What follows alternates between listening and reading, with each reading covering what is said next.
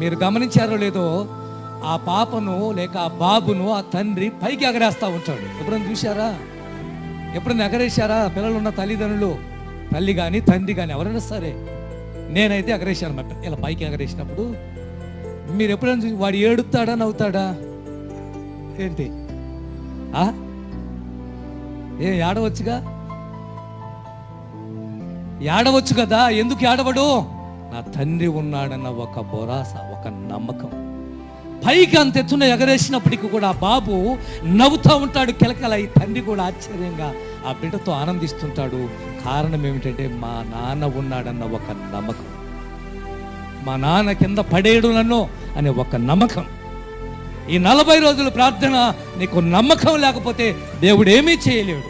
నమ్ముట నీ వలననైతే నమ్మువానికి సమస్తము సాధ్యమే. మొదటి స్తంభము విశ్వాసం.